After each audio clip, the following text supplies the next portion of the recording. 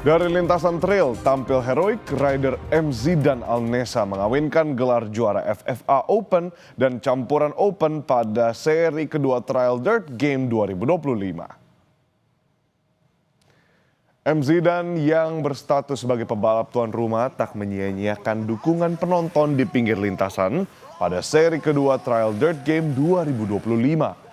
Bertempat di sirkuit non-permanen lapangan Geraha Tirta Waru Sidoarjo, MZ dan tampil sempurna.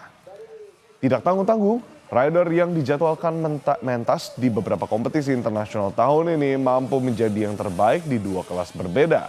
Di kelas FFA Open, MZ dan mengasapi lawan-lawannya dengan catatan waktu 2 menit 24,557 detik, sekaligus meraup poin sempurna 100. Sedangkan di kategori campuran Open, MZ dan merangkum 97 poin. Unggul 6 poin di depan Asep Lukman di posisi keduanya. Selanjutnya, seri ketiga akan dimainkan di Bandung pada 11 Juni hingga 12 Juli.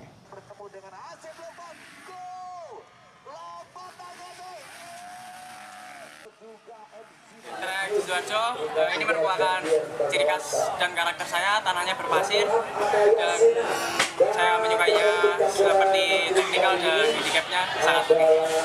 Mengikuti akhir tahun ke balap Rusia, ada 2 seri di sana dan mungkin nanti sekitar Oktober saya berangkat ke India, balap Indian Supercross, saya mengikuti kategori MX 250 cc.